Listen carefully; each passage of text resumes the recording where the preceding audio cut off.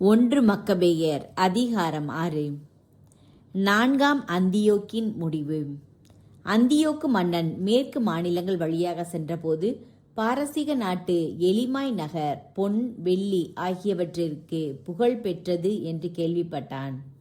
அதன் கோவிலில் மிகுந்த செல்வம் இருந்தது என்றும் கிரேக்க நாட்டை முதலில் ஆண்ட மாசிடோனிய மன்னனான பிலிப்பின் மகன் அலெக்சாண்டர் அங்கே விட்டு சென்றிருந்த பொற்கேடயங்களும் மார்பு கவசங்களும் படைக்கலன்களும் அங்கு இருந்தன என்றும் அறிய வந்தான். எனவே அந்தியோக்கு புறப்பட்டு நகரை கைப்பற்றி கொள்ளையடிக்க முயன்றான். ஆனால் முடியவில்லை. ஏனெனில் அந்த நகர மக்கள் அவனது திட்டத்தை அறிந்திருந்தார்கள். அவர்கள் அவனை எதிர்த்து போரிட்டார்கள். ஆகவே அவன் பின்வாங்கி பெரும் ஏமாற்றத்துடன் அங்கிருந்து பாபிலோனுக்கு தப்பி சென்றான். யூதேயா நாட்டை எதிர்த்து சென்றிருந்த அவனுடைய படைகள் முறியடிக்கப்பட்ட செய்தியை அவன் பாரசீகத்தில் இருந்தபோது தூதர் ஒருவர் அவனுக்கு அறிவித்தார். லீசியா வலிமை வாய்ந்த படையோடு முதலில் சென்று யூதர்கள் முன் புறமுதுகு காட்டி ஓடிவிட்டான். முறியடிக்கப்பட்ட படைகளிடமிருந்து யூதர்கள் கொள்ளையடித்த படைக்கலன்கள் மிகுதியான பொருள்கள் ஆகியவற்றால் அவர்கள் வலிமை மிக்கவர்கள் ஆனார்கள். எருசலேமில் இருந்த பலிபீடத்தின் மேல் அந்தியோக்கு செய்து வைத்திருந்த நடுங்க வைக்கும் தீட்டை அவர்கள் தகர்த்தெறிந்தார்கள். திரு உறைவிடத்தை சுற்றிலும் முன்பு போல் உயர்ந்த மதில்கள் எழுப்பியுள்ளார்கள். அவனுடைய நகராகிய பெத்சூரை சுற்றிலும் அவ்வாறே செய்திருக்கிறார்கள் என்றும் எடுத்துரைத்தார். இச்செய்தியை கேட்ட மன்னன் அதிர்ச்சியடைந்து மிகவும் நடுங்கினான். தான் திட்டமிட்ட வண்ணம் நடவாததால் துயரம் தாங்காது நோயுற்று படுத்த படுக்கையானான். கடும் துயரம் அவனை ஆட்கொண்டதால் அங்கு பல நாள் கிடந்தான். தான் விரைவில் சாகவிருந்ததை உணர்ந்தான். ஆகவே அவன் தன் நண்பர் எல்லாரையும் அழைத்து, என் கண்களினின்று தூக்கம் அகன்று விட்டது, கவலையினால் என் உள்ளம் உடைந்து விட்டது, எவ்வளவு உயரத்திற்கு ஆளானேன், இப்போது எத்துணை பெரும் துயர கடலில் அமிழ்ந்துள்ளேன். நான் ஆட்சியில் இருந்தபோது அன்பு செலுத்தி அன்பு பெற்றேனே என்று எனக்குள் சொல்லிக் கொண்டேன். ஆனால் எருசலேமில் நான் புரிந்த தீமைகளை இப்போது நினைவு கூர்கிறேன். அங்கு இருந்த பொன் வெள்ளிக்கலன்கள் அனைத்தையும் கவர்ந்து சென்றேன். யூதாவில் குடியிருந்தவர்களை காரணமின்றி அழித்தொழிக்கும்படி கட்டளையிட்டேன். இதனால்தான் இக்கேடுகள் எனக்கு வந்துற்றன என நான் அறிவேன். இப்போது அயல் நாட்டில் துயர மிகுதியால் அமிழ்ந்து கொண்டிருக்கின்றேன் என்று கூறினான். அவன் தன் நண்பர்களுள் ஒருவனான பிலிப்பை அழைத்து தன் பேரரசு முழுவதற்கும் அவனை பொறுப்பாளியாக ஏற்படுத்தினான். தன் மகன் அந்தியோக்கை வளர்த்து ஆளாக்கி அரசனாக்கும்படி தன் அரச முடியையும் ஆடையையும் கணையாழியையும் அவனுக்கு அளித்தான். 149ஆம் ஆண்டு பாரசீகத்திலேயே அந்தியோக்கு மன்னன் இறந்தான். 5ஆம் அந்தியோக்கும் லீசியாவும் புரிந்த போர்கள். மன்னன் இறந்துவிட்டான் என்று லீசியா அறிந்ததும் அவனுடைய மகன் அந்தியோக்கை அவனுடைய தந்தைக்கு பதிலாக மன்னனாக ஏற்படுத்தினான். யூபாத்தோர் என்று அவனுக்கு பெயரிட்டான். இந்த லீசியா தான் அவனை இள வயதிலிருந்து வளர்த்து வந்திருந்தான். இதற்கிடையில் எருசலேம் கோட்டையில் இருந்த பகைவர்கள் திரு உறைவிடத்தை சுற்றி இருந்த இஸ்ரேலரை வளைத்து கொண்டார்கள். அவர்களுக்கு தொடர்ந்து கேடு விளைவித்து பிற இனத்தாரை வலுப்படுத்த முயன்று வந்தார்கள். எனவே யூதா பகைவர்களை அழித்தொழிக்க முடிவு செய்து அவர்களை முற்றுகையிட மக்கள் அனைவரையும் கூட்டுவித்தார். 150ஆம் ஆண்டு அவர்கள் எல்லாரும் ஒன்று கூடி கோட்டையை முற்றுகையிட்டார்கள்.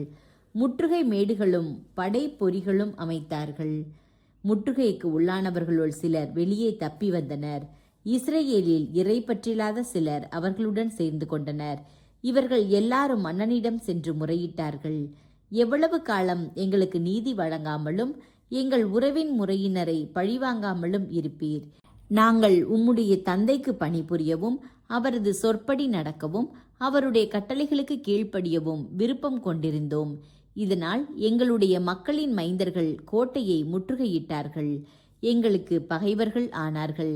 கண்ணில் பட்ட எம்மவர் எல்லாரையும் கொலை செய்தார்கள். எங்கள் உரிமை சொத்துக்களை பறித்து கொண்டார்கள். எங்களை மட்டுமல்ல, அவர்களின் எல்லையை சுற்றிலும் உள்ள எல்லா நாடுகளையுமே தாக்கினார்கள்.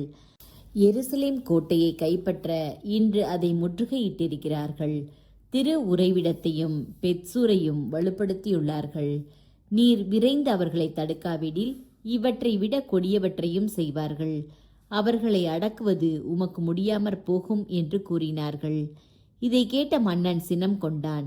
தன் நண்பர்கள், படைத்தலைவர்கள், குதிரைப்படை தலைவர்கள் அனைவரையும் ஒன்று கூட்டினான். அயல் நாடுகளிலிருந்தும் தீவுகளிலிருந்தும் கூலிப்படைகள் அவனிடம் வந்து சேர்ந்து கொண்டன. அவனுடைய படை 1,00,000 காலாள்களையும் 20,000 குதிரை வீரர்களையும் போருக்கு பயிற்சி பெற்றிருந்த 32 யானைகளையும் கொண்டிருந்தது. அவர்கள் இதுமேயா வழியாக சென்று பெத்சூருக்கு எதிரே பாசறை அமைத்து பல நாள் போர் புரிந்தார்கள். படை பொறிகளும் செய்து கொண்டார்கள். ஆனால் முற்றுகையிட்ட யூதர்கள் வெளியேறி படை பொறிகளை தீக்கிரையாக்கி வீரத்தோடு போர் செய்தார்கள். கோட்டையில் இருந்து யூதா புறப்பட்டு மன்னனுடைய பாசறைக்கு எதிராக பெத் செக்கரியாவில் பாசறை அமைத்தார். விடியற் காலையில் மன்னன் எழுந்து பெத் செக்கரியாவுக்கு போகும் வழியில் தன் படையை வேகமாக நடத்தி சென்றான். படை வீரர்கள் போருக்கு ஆயத்தமாகி எக்காளங்களை முழங்கினார்கள். யானைகளை போருக்கு தூண்டி எழுப்ப அவர்கள் அவற்றுக்கு திராட்சை மதுவையும் முசுக்கொட்டை பழசாற்றையும் கொடுத்தார்கள்.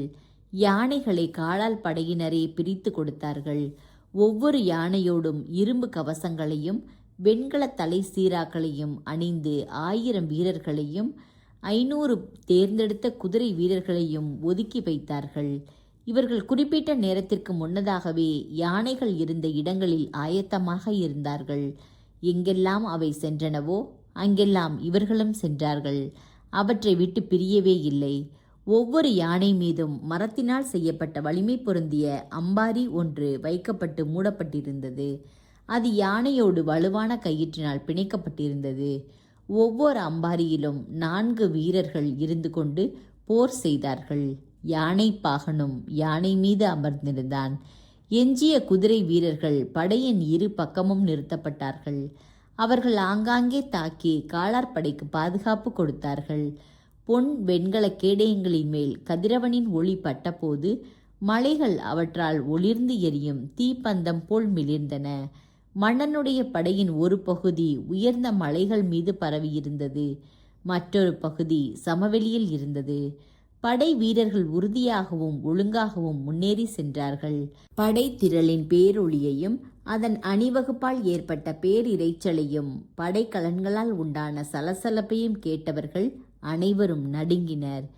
ஏனென்றால் படை மிக பெரியதும் வலிமை மிக்கதுமாயிருந்தது. யூதாவும் அவருடைய படையும் போர் புரிய முன்னேறி செல்லவே மன்னனுடைய படையில் 600 பேர் மாண்டனர். மன்னனுக்குரிய படைக்கலன்களை தாங்கிய ஒரு யானையை அவரான் என்னும் எலையாசர் கண்டார். அது மற்றெல்லா யானைகளையும் விட பெரியதாயிருந்தது. எனவே அதன் மேல் இருந்தது மன்னன்தான் என்று எலையாசர் எண்ணினார். அவர் தம் மக்களை காப்பதற்கும் நிலையான புகழை தமக்கென்று தேடிக்கொள்வதற்கும் தம் உயிரை தியாகம் செய்தார். காலார்படையின் நடுவே வலப்புறத்திலும் இடப்புறத்திலும் இருந்தவர்களை கொன்ற வண்ணம் துணிவோடு அந்த யானையை நோக்கி ஓடினார். அவர்கள் இரு பக்கமும் சிதறி ஓடினார்கள். அவர் அந்த யானைக்கு அடியில் புகுந்து கீழிருந்து அதை குத்திக் கொன்றார். அது நிலத்தில் அவர் மேல் விழ அவர் அங்கேயே இறந்தார். மன்னனுடைய வலிமையையும் அவனுடைய படை வீரர்களின் கடும் தாக்குதலையும் கண்டு யூத மக்கள் அவர்களிடமிருந்து தப்பியோடினார்கள். மன்னனுடைய படை வீரர்கள் அவர்களை துரத்தி கொண்டு எருசலேம் வரை சென்றார்கள். யூதேயாவுக்கும் சீயோன் மலைக்கும் எதிரே மன்னன் பாசறை அமைத்தான். அவன் பெத்சூரில் இருந்தவர்களோடு சமாதானம் செய்து கொண்டான். அவர்கள் நகரை விட்டு வெளியேறினார்கள். ஏனெனில் முற்றுகையை எதிர்த்து நிற்க அவர்களுக்கு உணவுப் பொருள்கள் அங்கு கிடைக்கவில்லை. அதற்கு காரணம் நிலத்துக்கு அது ஓய்வு ஆண்டு. மன்னன் பெத்சூரை கைப்பற்றி அதை காப்பதற்கு காவற்படை ஒன்றை நிறுவினான்.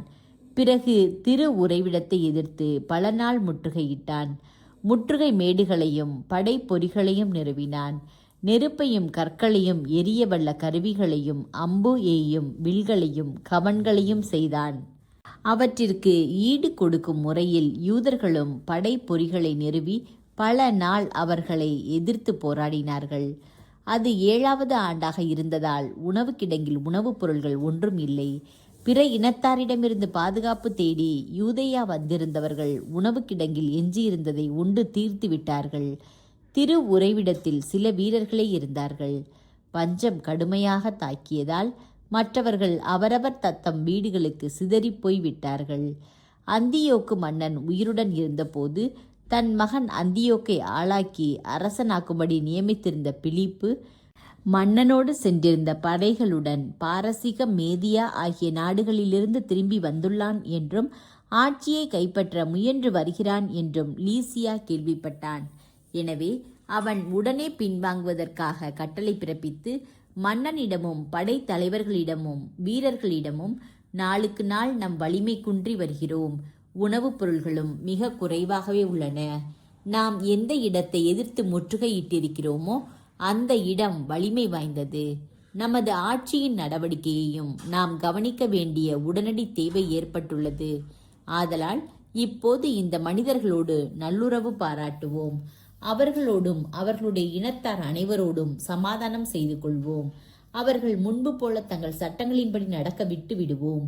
அவர்களுடைய சட்டங்களை நாம் அழித்ததனால்தான் அவர்கள் சினம் கொண்டு இவற்றையெல்லாம் செய்தார்கள் என்று உரைத்தான். அவனது கூற்று மன்னனுக்கும் படைத்தலைவர்களுக்கும் ஏற்புடையதாக இருந்தது. லீசியா யூதர்களோடு சமாதானம் செய்து கொள்ள முன்வர அவர்களும் அதற்கு இசைந்தார்கள். மேலும் மன்னனும் படைத்தலைவர்களும் ஆணையிட்டு ஒப்பந்தத்தை உறுதிப்படுத்தினார்கள். அதன் விளைவாக யூதர்கள் கோட்டையை விட்டு வெளியேறினார்கள். ஆனால் மன்னன் சீயோன் மலைக்கு சென்று அது எத்துணை வலிமை வாய்ந்த கோட்டை என்று கண்டபோது தான் கொடுத்திருந்த ஆணையை மீறினான். அதை சுற்றிலும் இருந்த மதில்களை அழிக்கும்படி கட்டளையிட்டான். பின்னர் அவன் அங்கிருந்து விரைந்து அந்தியோக்கி நகருக்கு திரும்பினான். அந்நகர் பிலிப்பின் கட்டுப்பாட்டில் இருக்க கண்டு அவனோடு போரிட்டு நகரை வன்முறையில் காப்பாற்றினான்.